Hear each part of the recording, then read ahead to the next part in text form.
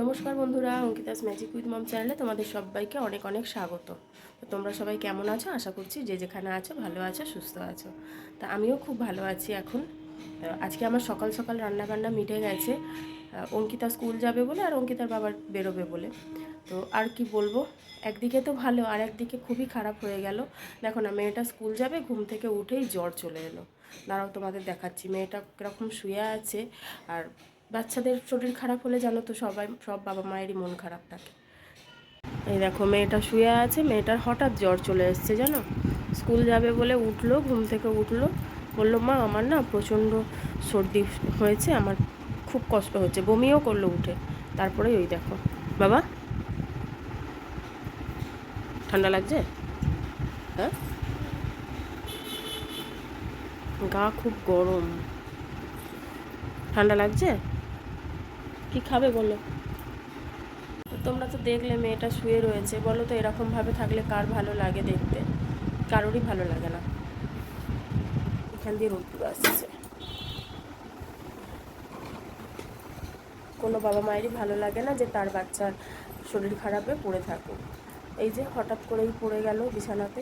আর বলো কেন, এটা ছোঁয়াচেই আমিও বুঝতে পেরেছি, কেন আমার হয়েছিল না 2-1 দিন আগেই, ওরও হয়ে গেল। তো চলো আসছি কিছুক্ষণ পরে আবার দেখা হচ্ছে তোমাদের সাথে। চলো। তো এই দেখো মেয়েটা আমার অঘরে ঘুমোচ্ছে জানো তো, এত শরীরটা খারাপ, তার মধ্যেই ও ঘুমানোর মধ্যেই আমি সব কাজ কমপ্লিট করে নিয়েছি। তো বন্ধুরা, আমি এই স্নান টান করে চলে এলাম, এখন বাজে হচ্ছে 1টা 10। অনেকটা আগেই হয়ে যেত আমার এগুলো কমপ্লিট করা। এই যে মেয়ে বারবার ধরে ডাকছে মা মাথা টিপে দাও, মা আমার কাছে একটু বসো। ওই দেখো না অবস্থাটা, দেখো দেখো দেখো, ওকে আবার দেখালে লজ্জা পায়। সেই সকাল থেকে শুয়ে আছে, মানে ওঠেইনি, একবারের জন্য ওঠেনি। শুধু ওই মাথায় একটু তেল ভালো করে মাখিয়ে দিলাম, দিয়ে স্নানটা খালি করে কোনো রকম করে এলো। আমি বারবার ধরে বলছি জানা বাবু একটু চান করায়, সেও মানে কি বলবো, ওটাতেও ওর যেন কি কষ্ট হচ্ছে, ওঠেইনি, একবারের জন্য ওঠেনি।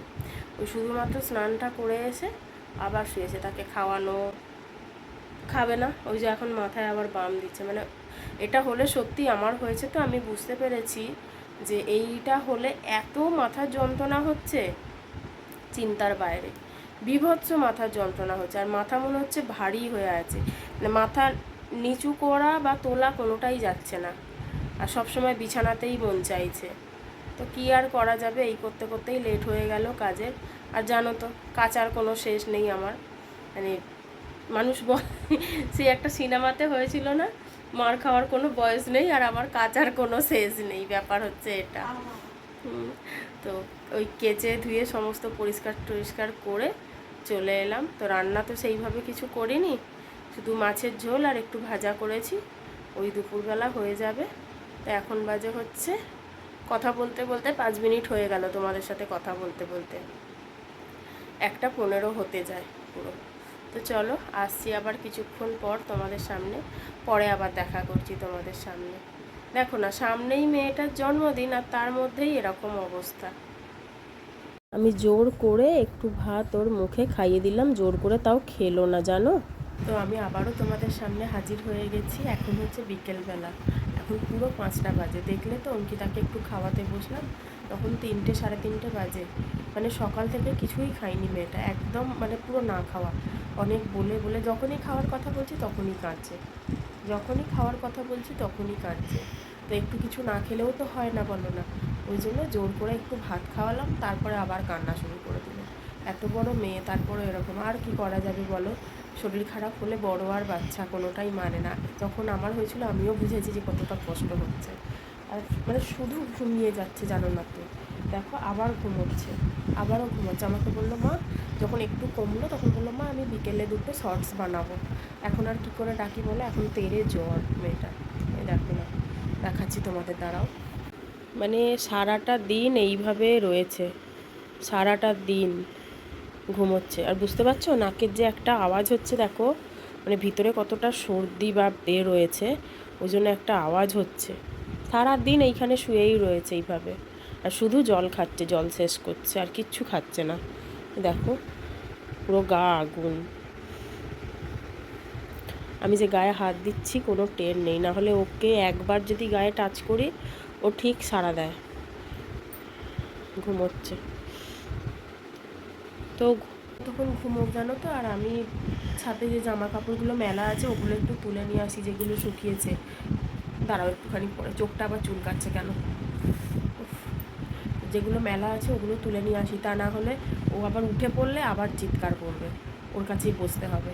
তো আমি ছাদ থেকে ওগুলো যেগুলো যেগুলো শুকিয়েছে তুলে নিয়ে চলে আসি। তো তোমাদের দাদাভাই চলে এসেছে, এখন হচ্ছে 6টা 15। তো চলে এসেছে, মেয়েও উঠে গেছে, মানে একটু কমেছে জানো তো। আবার তোমাদের দাদাভাই আসার সময় মেয়ে কাকুর ঘরে টিভি দেখছে। আসার সময় যেহেতু আমরা ফুচকা খেতে ভালোবাসি, বিশেষ করে তোমাদের অঙ্কিতা, তো ওই জন্য আবার ফুচকা এনেছে সাথে। তো দেখি ও ও শুনেছে যে ফুচকা এনেছে, শুনেই লাফিয়ে উঠেছে জানো তো। যাক বাবা, সারাদিন কিছু না খেয়ে ওই ভাত কোনো রকম 2 গাল, মানে একবার, হ্যাঁ 2 গাল থেকে 3 গাল জোর জবরদস্তি খাইয়েছি। আমাকে তো ধরে পাঁজা করে ধরে কাঁদতে শুরু করে দিল। আসলে কি, মুখে তো কিছু ভালো লাগছে না, ওই জন্য। তো চলো ওকে একটু ফুচকা দিই আর আমিও খাই সাথে। ওমা নাও। তো জ্বর মুখে ফুচকাটা বেশ ভালোই লাগছিল খেতে জানো তো। আমি আর তোমাদের অঙ্কিতা দুজনে মিলে ফুচকাটা বসে বসে খেলাম। তো আমরা ফুচকা খেতে খেতে এখানে দেখো 2 মামে খুব গল্প করছি জানো তো। মানে মেয়েটার শরীরটা এখন তো ভালো হয়েছে, ওই জন্য খুব গল্প করছি। আর অঙ্কিতা বলছে ফুচকাটা খেয়ে আমার পুরো মুখটা ছেড়ে গেল। আমি বলছি তাহলে তুমি 2টো বেশি খাও, আমি 2টো কম খাই।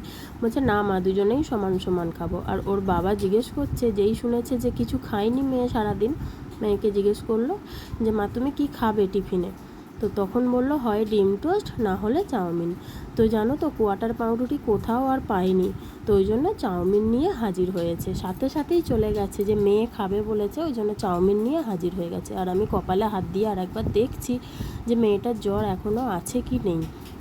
তো দেখলাম না না আর নেই, যেহেতু ওষুধটা খেয়েছিল আর জ্বরটা নেই। ওর বাবা না সাথে সাথে বেরিয়ে গিয়ে চাউমিন নিয়ে চলে এসেছে। তো দেখো এখানে চাউমিনও এনেছে, সাথে চিকেন কাটলেট এনেছে।